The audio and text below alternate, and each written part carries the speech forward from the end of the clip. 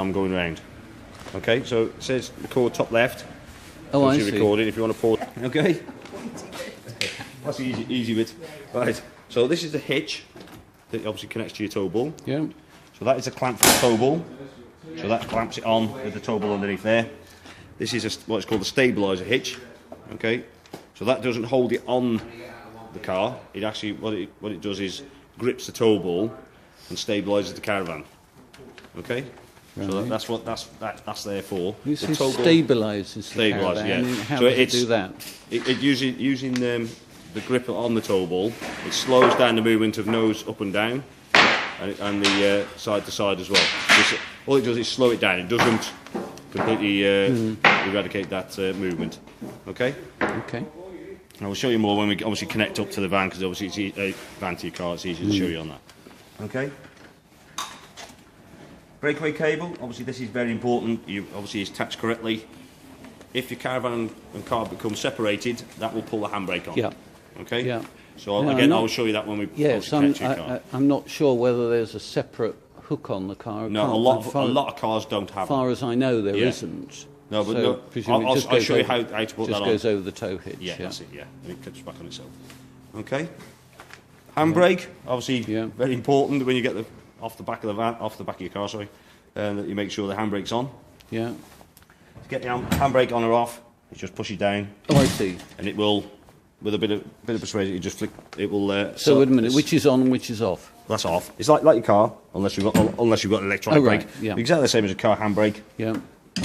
But it does come. It is assisted, so it will come on. Yeah. Up quite rapid. If you're not careful, you can obviously catch your fingers. If you're not careful. Okay. It will also, when you're leaning backward. So you don't have to press a button on it or anything. No, it's just push down, lift up. Yeah. It will pull itself on more. If you're on a backward slope, the handbrake will actually pull itself on more. So as long as you've initially pulled the handle up, it will actually, as it's pulling back, it will actually pull itself on more. If it's going nose forward, then obviously it won't. Okay. Jockey wheel.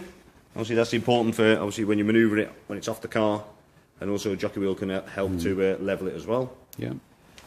This is your jockey wheel clamp. Again, make sure that is tight. Yeah. When you've got the and that jockey wheel just down. screws in. Or? Yeah, that's it. Yeah, it just screws in. You obviously don't want that loose, because if it is loose and it drops down, if the A-frame drops on top of that wheel, it's going to shatter the A-frame, and it's obviously going to be expensive. Yeah. Okay. Yeah. 13 pin. Yeah. 13 pin electrics. Sorry.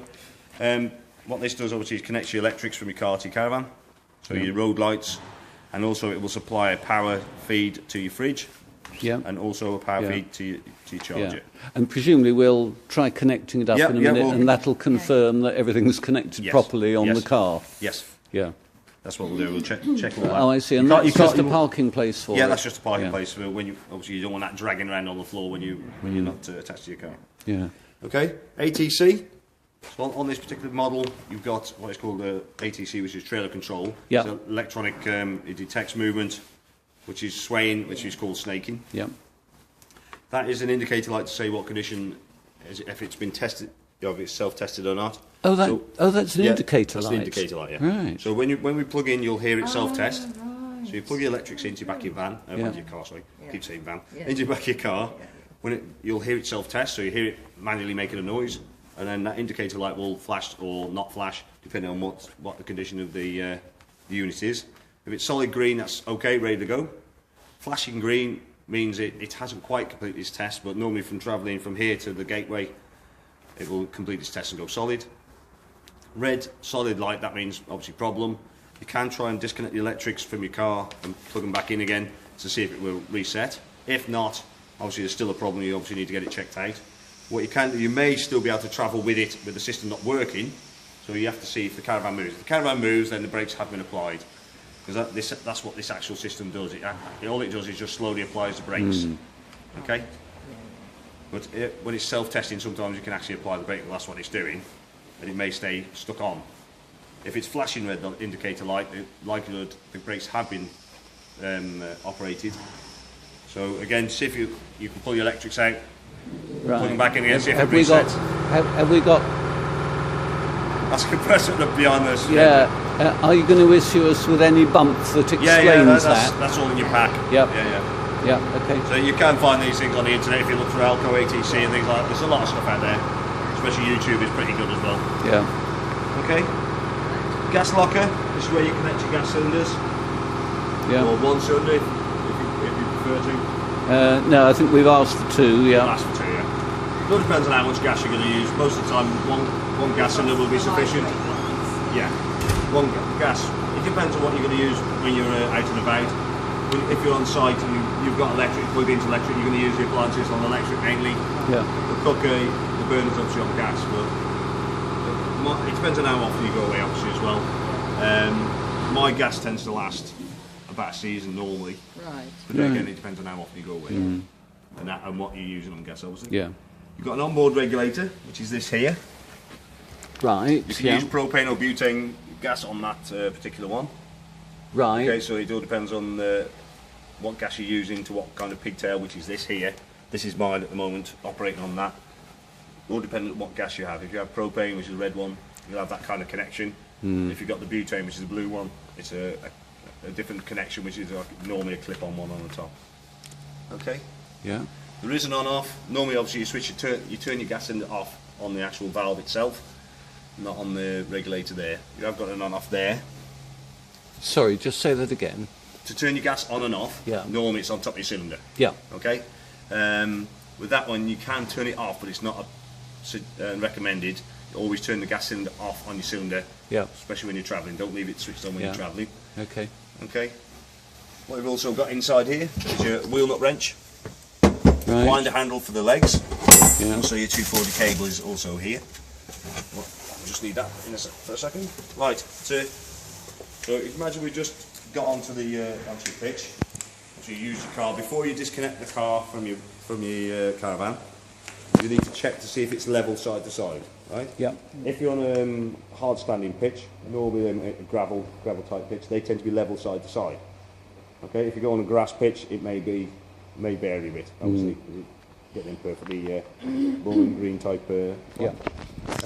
So you're going to need to lift up one side or the other, depending on which is the lower side. So to do that, you're going to need the car to be able to put it either up onto blocks on the one wheel, or that's either pull it or reverse it onto the blocks. You can get either wooden blocks or you get these plastic wedges, which are probably easier to use. Yeah. Okay. So what you do is, obviously, another thing you will need is a spirit level. So you can get them fairly cheap unless you've got one at home. Yeah. Use your car to put either, as I said, push it on or reverse it on. The reason why you need to do that is because one, your drainage of your sinks.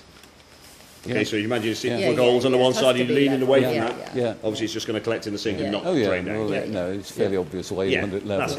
Yeah, but some people say, why do you want it level? And the other thing is the fridge doesn't like to operate when it's on an angle as well. Yeah. So once you've got it level side to side, obviously you put handbrake on, disconnect it off the car. Once you get the car out of the way, then you need to level it front to back. Again, using your spirit level.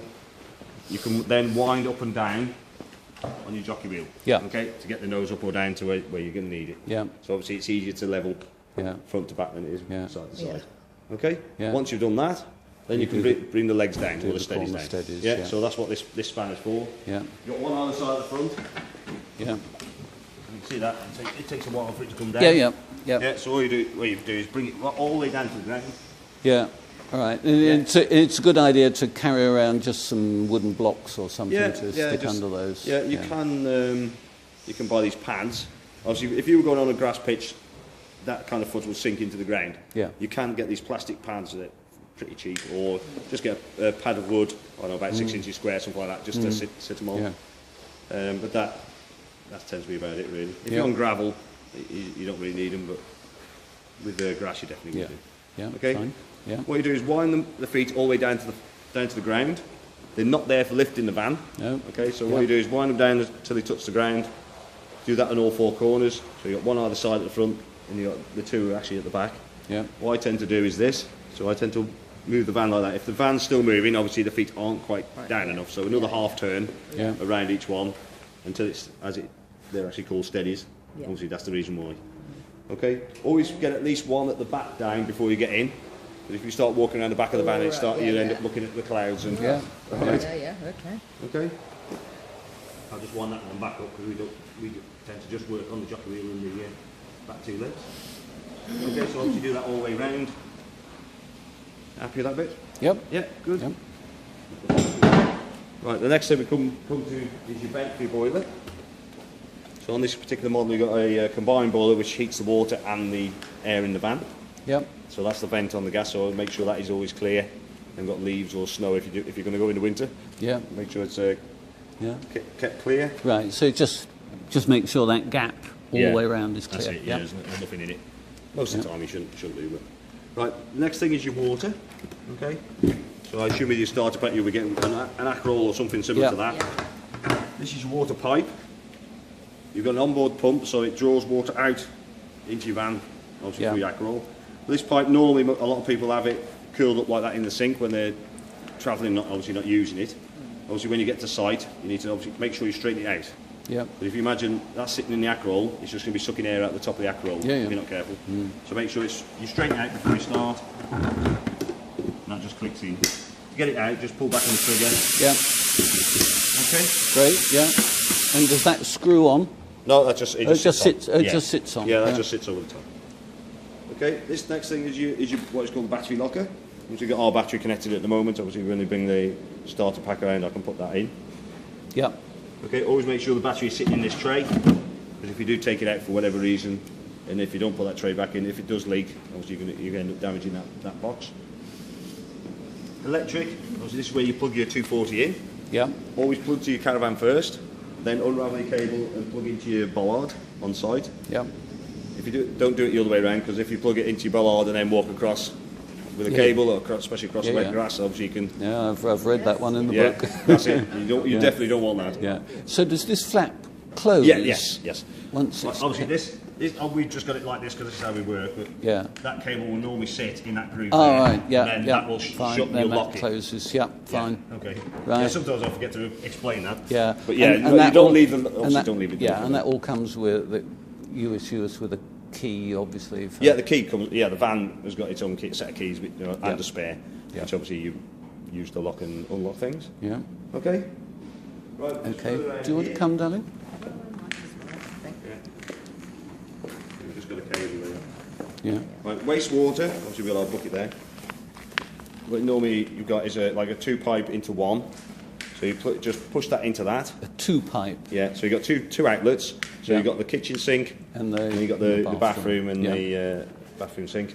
Come to these 2 outlets here. Yeah. Okay, so that will normally go into a waste master or some kind of waste container.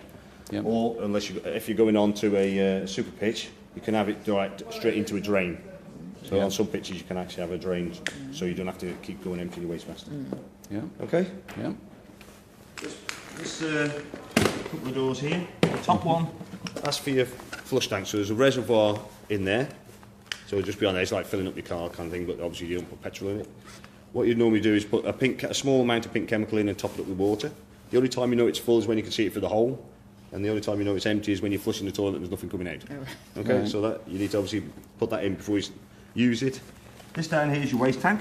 Yeah. So obviously that slides out quite easy. If it's not sliding out easy, the likelihood is that the waste gate, which is on the toilet, which I'll show you afterwards, is open or not fully closed. So if it's not coming out easy, push it back in, go inside, make sure that is closed correctly, then it should slide out quite easy. Yeah. Okay, so it just slides out. I've got a handle, you've got wheels obviously to cart it off to where you need to empty it. Before you use it, you need to put a blue chemical in and around about a pint to a litre of water.